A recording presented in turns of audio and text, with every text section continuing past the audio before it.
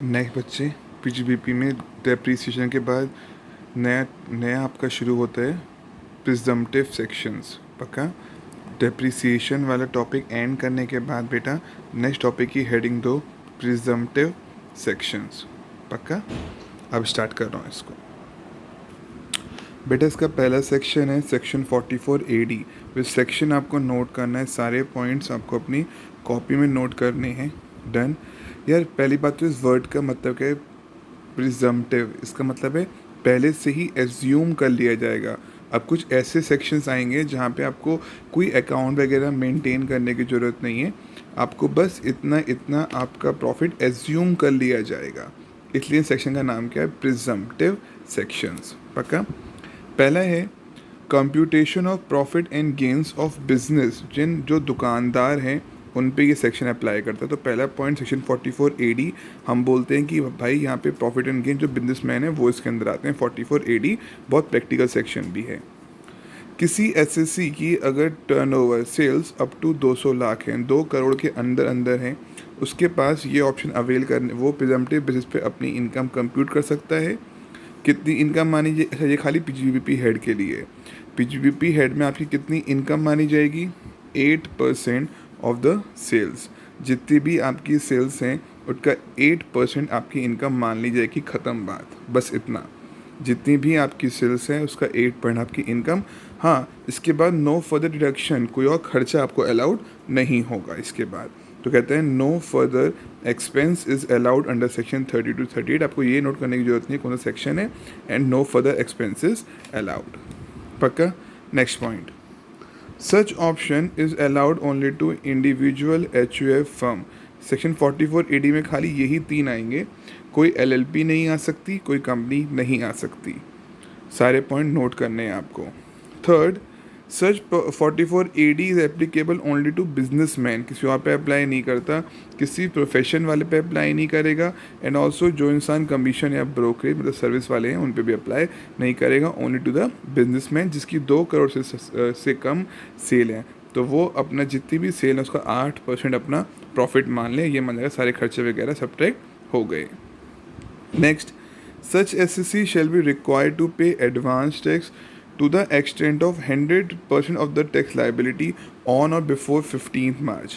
कहने का पॉइंट क्या है? जैसे हमने पढ़ा था एडवांस टैक्स, उसमें इंस्टॉलमेंट्स होती है ना, इनके लिए कोई इंस्टॉलमेंट नहीं है, केवल लास्ट वाली इंस्टॉलमेंट है। 15 मार्च से पहले पहले इनको टैक्स पे करना है, ख़त्म बात। अदरवाइज 15 मार्च तक नहीं पे किया तो 1 मंथ का इंटरेस्ट चार्ज होगा ना, अदरवाइज इंटरेस्ट 1% फॉर 1 मंथ। इनके ऊपर वाली कंडीशन अप्लाई नहीं करती। 15 जून 15 जून, 15 सितंबर, 15 दिसंबर वाली अप्लाई नहीं करती। खाली 15 मार्च जो लास्ट इंस्टॉलमेंट है तब तक पूरा एडवांस टैक्स पे कर दो। Done. Next point, brought forward business loss is allowed to be adjusted. जो पिछले साल के नुकसान रह गए थे, ब्रॉट फॉरवर्ड बिजनेस लॉस।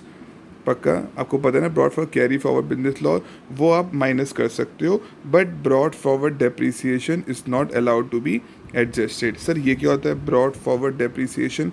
अब से 2 मिनट में इस वाली वीडियो के बाद आपको समझा दूंगा। आपको ये पता है ना, ब्रॉड फॉरवर्ड बिजनेस लॉस पिछले साल का कुछ लॉस सेट ऑफ नहीं हुआ था, उसको आप इस इनकम से सेट ऑफ कर सकते हो। डेप को सब्ट्रैक्ट नहीं कर सकते। अभी समझा दूंगा ब्रॉड फॉरवर्ड डेप क्या होता है अगली वीडियो में। Next, the SSC shall be exam for maintaining books of account. उसे कोई अकाउंट वगैरह मेंटेन करने की ज़रूरत नहीं है, कोई ऑडिट करवाने की ज़रूरत नहीं है। सिंपल सी बात।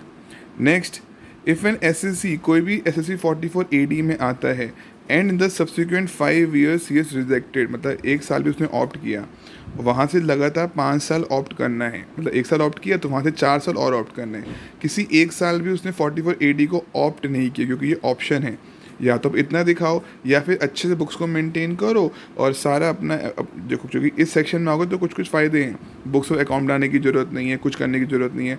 पर हाँ, अगर इस सेक्शन में नहीं आओगे तो बुक्स वगैरह आपको फॉर्म करनी पड़ेंगी, सब कुछ ऑडिट वगैरह कराना पड़ेगा। तो कहता है अगर 1 साल भी 5 सालों में आपने इस सेक्शन को छोड़ दिया तो वहाँ से अगले 5 साल तक आप इस सेक्शन को अप्लाई नहीं कर सकते। If an SSC has opted for presumptive income under section 44 AD in the subsequent 5 years he is rejected, उसने एक भी साल छोड़ दिया, in that case he will not be allowed to opt presumptive income for next 5 years। पक्का? और अगर उसने एक बार प्रेजेंटिव इनकम को छोड़ दिया फिर बुक्स भी बनानी पड़ेंगी, ऑल्सो ऑडिट भी आपको अपना करवाना पड़ेगा। जैसे मिस्टर एक्स ने ऑप्ट किया प्रिजम्पटिव 44AD 1920 में, in this case he can not reject 44AD अगले 5 सालों तक, मतलब 2021 20 इतने 5 सालों तक। इफ़ ही इज़ रिजेक्टेड, अगर उसने 1 साल भी इसको रिजेक्ट किया वो अगले 5 साल तक इसको ऑप्ट नहीं कर सकता। फॉर एग्जांपल अगर उसने 21-22 में छोड़ दिया तो वहाँ से अगले 5 साल इस सेक्शन को अप्लाई नहीं कर सकता।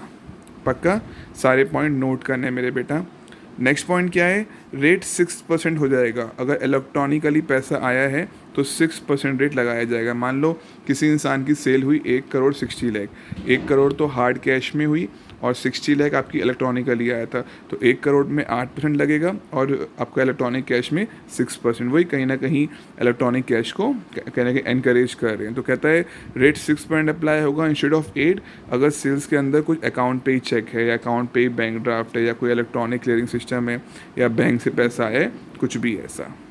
पक्का डन। तो ये सारे पॉइंट आपको नोट करने हैं। सिंपल है, कोई भी इंसान ये फालतू के बुक्स बनाना जैसे हम लोग नहीं करते थे, ये खर्चा प्लस करो, ये माइनस करो, ये गलत हो गया। अगर आप इन सबसे बचना चाहते हो, कुछ मत करो, अपनी सेल का 8% नेट प्रॉफिट आपकी इनकम अंडर हेड पीवीपी मान लिया जाएगा। हाँ, फिर कोई खर्चे आप सब्ट्रैक्ट नहीं कर सकते।